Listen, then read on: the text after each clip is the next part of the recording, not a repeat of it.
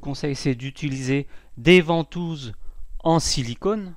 Vous en avez la démonstration tout à l'heure sur les jambes. Attention, la ventouse en silicone a tendance à créer une aspiration très très forte, comme ceci. Vous voyez, ici la peau remonte énormément, la peau est en train même de changer de couleur. Donc ne faites jamais ça, jamais ça, jamais ça. Surtout sur les jambes où vous pouvez créer des œdèmes. Donc faites attention. Travaillez toujours sur une aspiration, vous voyez, très légère comme ici là. La peau, la ventouse est bien collée sur la peau. Donc vous avez une aspiration de la peau qui est légère. Donc simplement, surtout si vous déplacez les ventouses, eh bien restez sur ce type d'aspiration qui est à peine visible mais qui est efficace.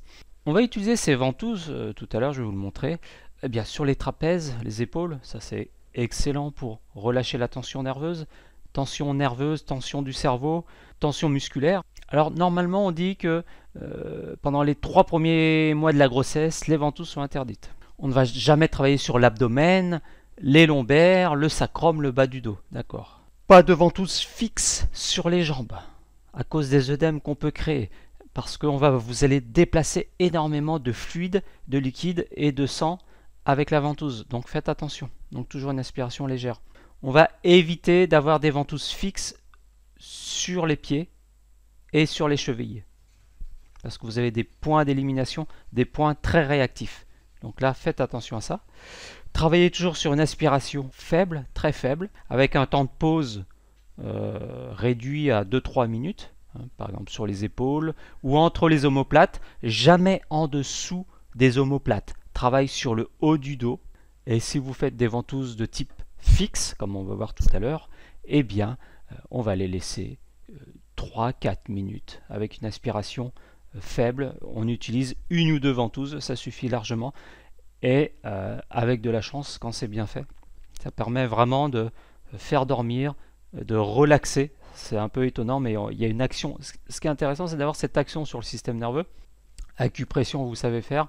Ventouse, c'est l'inverse de l'acupression, c'est décompression, compression, décompression des tissus.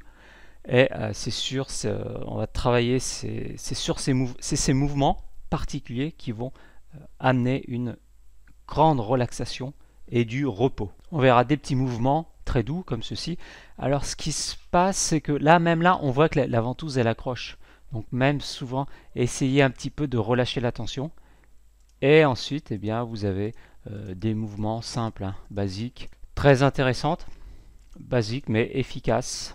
Je pose beaucoup d'interdictions en ventouse parce que les gens n'ont pas conscience de la force d'aspiration qui peut être provoquée par une ventouse. Donc ça devient une technique agressive, une technique de dispersion qui disperse l'énergie et qui va épuiser, qui va littéralement aspirer l'énergie de la personne, surtout si la personne est sensible. Donc vous avez cette possibilité d'épuiser la personne de manière terrible. Trop de ventouses aussi, il ne faut pas utiliser trop de ventouses, et quand vous êtes sur des ventouses statiques, vous posez, tout à l'heure on va poser 2 ventouses entre les omoplates, et bien les gens aussi on leur dit ah bah vous laissez les ventouses 10 minutes, 20 minutes, méfiez-vous de ces protocoles. Si c'est la première fois que vous faites des ventouses pour une personne, et bien faites une séance de 5 minutes, ça suffit largement, ça déclenche déjà un effet de relaxation générale. Donc méfiez-vous des protocoles, c'est une moyenne. Quand on vous dit vous laissez les ventouses 20 minutes, 10 minutes, 20 minutes, ça ne veut rien dire. À qui vous avez affaire? Si vous avez affaire à un enfant, à une personne sensible, à une personne fragile, quelqu'un qui est épuisé, ou au contraire vous avez affaire à un costaud, à un rugbyman, eh bien la posologie, c'est cette fonction de posologie que les gens n'ont pas conscience. Les gens posent des ventouses sur des vieilles blessures, sur le dos, mais de manière... ils n'arrivent pas à doser la posologie, c'est-à-dire des ventouses trop fortes, agressives, avec des marques trop fortes derrière, ça se voit. Les ventouses laissées trop longtemps, donc il y a un moment où eh bien, c'est un objet agressif parce qu'on veut absolument, il y a un genre de zèle, on veut absolument créer un effet, quoi. Et comme on nous montre toujours il y a un côté tape à l'œil avec la ventouse et on veut absolument faire preuve de trop de zèle. Moi, je vous recommande vraiment d'utiliser peu de ventouse, aspiration faible et dans un laps de temps très limité. Quelques minutes, ça suffit largement. D'accord? Parce que sinon c'est comme ça que les gens ont des mauvaises surprises et que les gens sont déçus avec les ventouses. Surtout la personne qui reçoit le soin avec des ventouses. Moi j'ai vu des gens qui recevaient des ventouses qui littéralement aspiraient, qui vraiment aspiraient trop fort la peau. Donc c'est désagréable au début. On vous met une ventouse qui est très forte dans le dos. C'est très désagréable. Mais du fait de la bonne éducation des gens, où les gens ils pensent que c'est normal que la ventouse tire trop la peau, que ça soit désagréable. Donc les gens, le patient supporte, et à un moment le cerveau il s'habitue, donc il ne ressent plus la douleur, il ne ressent plus la force de traction qui est anormalement forte, ressentie de manière désagréable, et c'est à partir de là que vous créez des problèmes. Ensuite, lui, le patient, il rentre chez lui. Souvent, il est épuisé, ou il va mal dormir, ou il va avoir des nausées, ou avoir mal au ventre. Des effets indésirables qui ont été provoqués par une manipulation trop brutale, trop intense, ce qui fait que le patient ne reviendra jamais vous voir pour un soin avec des ventouses. Préférez plutôt une première séance très cool, très relax. Au pire, il ne se passe rien. Bah, tant mieux. Il ne s'est rien passé, bah, il ne se passe rien. Et dans le meilleur des cas, eh bien, vous avez un soin qui est sympa, agréable. Moi, chaque fois que j'ai un nouveau patient entre les mains, c'est ça en fait. Vous avez quelqu'un entre les mains. Chaque personne est un cas unique et différent. Donc j'ai toujours une approche douce, prudente et minimaliste. Donc, je fais toujours une petite séance, courte, agréable, relaxante. Je cherche surtout pas à régler tous les problèmes de la personne. C'est ça aussi, c'est inconsciemment, vous voulez absolument régler tel symptôme, tel symptôme, tel symptôme. Donc on se dit, allez, là on y va, on met le paquet avec les ventouses. Non, c'est pas comme ça que ça se passe. Procédez prudemment par des petits essais, comme si vous donniez un médicament, éventuellement augmenter la posologie au cours des séances, mais vraiment rester sur une séance minimaliste. Donnez beaucoup de douceur à votre patient, de la paix, transmettez-lui la paix, la sérénité, et simplement, vous le savez, juste poser vos mains sur le corps, sur les trapèzes, sur la tête ou ailleurs, eh bien déjà c'est un effet apaisant. Donc c'est pareil avec les ventouses. La ventouse est seulement un artifice supplémentaire, seulement le prolongement de votre main.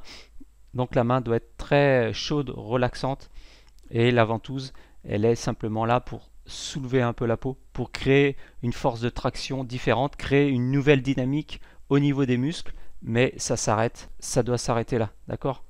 Vraiment procéder petit à petit, petit pas, commencez toujours avec une posologie faible. Sinon, la personne ne reviendra pas. Sur une ventouse désagréable, trop puissante, eh bien c'est dommage parce qu'on ne pourra plus aider la personne, elle ne va plus revenir. Moi c'est ce qui m'arrive régulièrement, hein. C'est ce qui m'est arrivé sur des personnes âgées, même d'autres personnes. J'ai beaucoup trop de... Ah ouais, alors là j'avais une dame, elle voulait absolument maigrir. Alors moi je lui ai foutu de la ventouse, hein. Je sais pas ce que j'avais en tête. Et vraiment, eh bien qu'est-ce qui se passe? Ce sont des gens derrière qui ils sont ressortis de la séance. Ils étaient mal à l'aise parce qu'on avait trop labouré le corps. On avait créé une réaction d'opposition du corps parce qu'on a été violent avec nos mains, avec l'objet. Donc ne soyez pas pressé. En fait, c'est ça le souci du praticien. Ne soyez pas pressé de régler tous les problèmes de la personne. La personne est à la station A et on veut l'emmener à la station Z.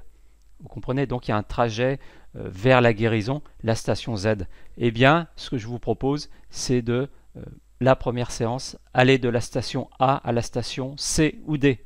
Et ensuite, au fil des séances, eh bien, vous allez petit à petit arriver peut-être à la dernière station, à la station où tout le monde est soulagé et satisfait. Pas forcément la guérison, mais vraiment proposer un voyage en douceur. Il y avait un proverbe qui disait « hâte-toi, dépêche-toi lentement, hâte-toi lentement, hâte-toi lentement ». Donc vraiment proposer ce voyage vers la guérison étape par étape. Première séance, on va de l'étape A à l'étape B ou C.